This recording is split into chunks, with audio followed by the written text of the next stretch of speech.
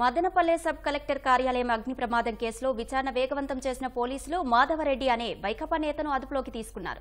తాజా పరిస్థితిని మరింత సమాచారం మా ప్రతినిధి నారాయణప్ప ప్రత్యక్ష ప్రసారం ద్వారా అందిస్తారు. అశ్విని, మదనపల్లి సబ్ కలెక్టర్ కార్యాలయంలో ఆదివారం అర్ధరాత్రి రెవెన్యూ శాఖకు సంబంధించిన ఫైల్స్ తగులబడిపోయిన ఘటనపై పోలీసులు విచారణ వేగవంతం చేశారు.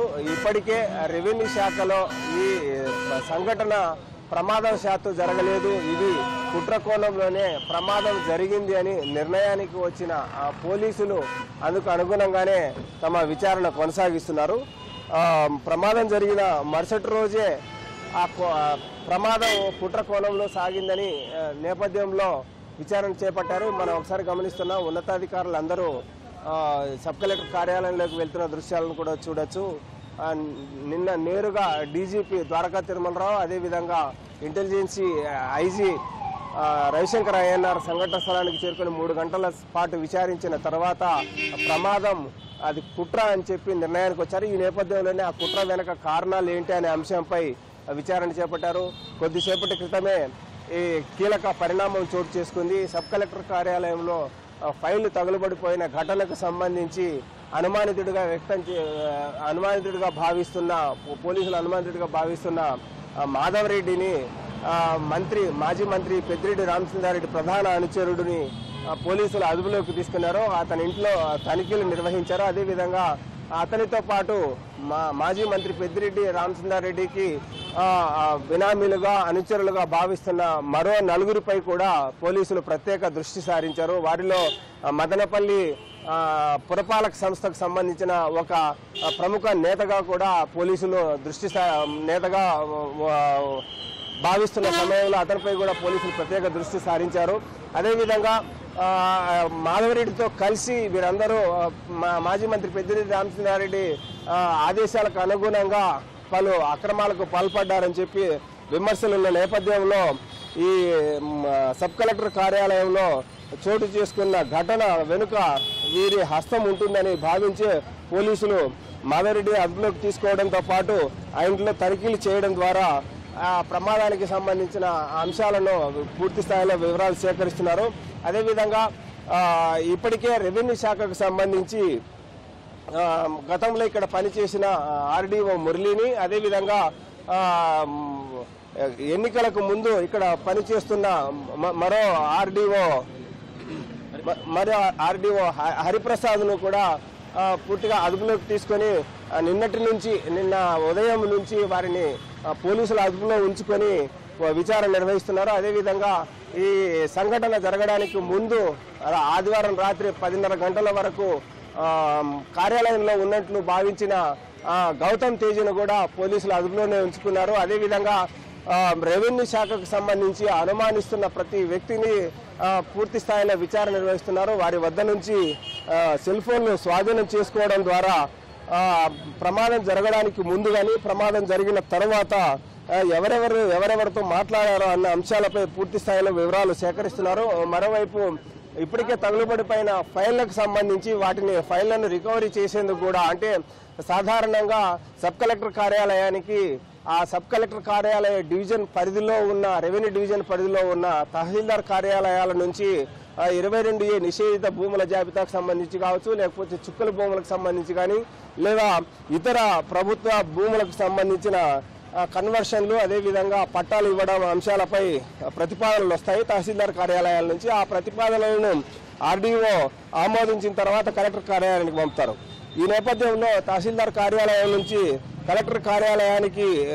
సబ్ కలెక్టర్ కార్యాలయానికి చేరుకున్న ఫైల్స్ సబ్ కలెక్టర్ కార్యాలయంలో ఆదివారం రోజు జరిగిన ఘటనతో తగులుబడిపోయిన నేపథ్యంలో ఆయా తహసీల్దార్ కార్యాలయాల నుంచి సబ్ కలెక్టర్ కార్యాలయానికి ప్రతిపాదనలు పంపిన అంశం, ఏ ఫైల్ పంపారన్న వివరాలను ఆయా పరిధిలోని తహసీల్దార్లు, అంటే sub collector Madanapalle sub collector sub division పరిధిలో ఉన్న తహసీల్దార్లందరినీ ఒక బృందంగా ఏర్పాటు చేసి ఉదయం నుంచి ఆ ఫైల్స్ తెప్పించి ఇక్కడ విచారణ నిర్వహిస్తున్నారు. అదేవిధంగా ఈ సంఘటనపై ముఖ్యమంత్రి చంద్రబాబు నాయుడు తీవ్రంగా పరిగణించిన నేపథ్యంలో రెవెన్యూ శాఖ ప్రిన్సిపల్ సెక్రటరీ సిసోడియాను కూడా ఇక్కడికి వెళ్ళి విచారణ నిర్వహించాలని ఆదేశించిన నేపథ్యంలో మరికొద్దిసేపట్లో ఆయన ఇక్కడికి రానున్నారు. అదేవిధంగా అగ్నిమాపక శాఖకు సంబంధించిన డైరెక్టర్ వెంకటరమణ రావాలని చెప్పి ఆదేశించిన నేపథ్యంలో ఆయన ఇక్కడ సంఘటనా స్థలానికి చేరుకొని విచారణ నిర్వహిస్తున్నారు. కొద్దిసేపటి క్రితమే వెంకటరమణ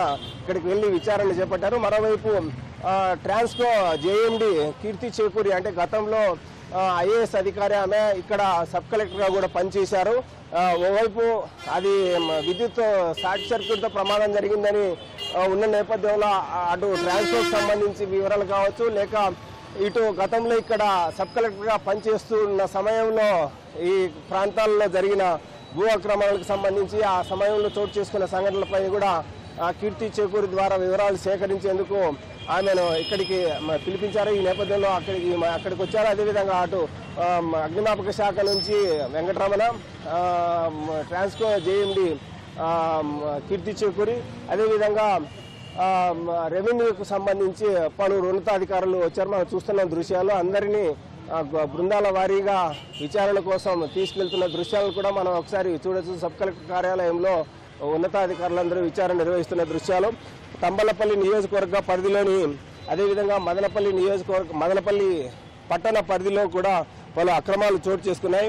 మదనపల్లి మండలం ఈ వలసపల్లి పరిధిలోని 247 సర్వే నంబర్లో దాదాపు 2 ఎకరాల 73 సెంట్ల భూమికి సంబంధించి పలు అక్రమాలు చోటు చేసుకున్నట్లు ఆరోపణలు ఉన్నాయి. అదేవిధంగా తంబలపల్లి నియోజకవర్గ పరిధిలోని కురబలకోట మండలంలో కూడా అత్యంత విలువైన భూములను పెద్దిరెడ్డి కుటుంబ సభ్యులు పెద్దిరెడ్డి రామచంద్రారెడ్డి, ఆయన సోదరుడు పెద్దిరెడ్డి ద్వారకానాథ్ రెడ్డి కుటుంబ సభ్యులు అందరూ ఆక్రమించి వాటిని పూర్తి స్థాయిలో పట్టాలు పొందేందుకు పలు అక్రమాలకు పాల్పడిన వాటికి సంబంధించిన ఫైల్ అన్నీ కూడా ఈ నిన్న ప్రమాదం చోటు చేసుకున్న సమయంలో కాలిపోయాయన్న కోణంలో కూడా రెవెన్యూ అధికారులు పోలీసులు విచారణ నిర్వహిస్తున్నారు.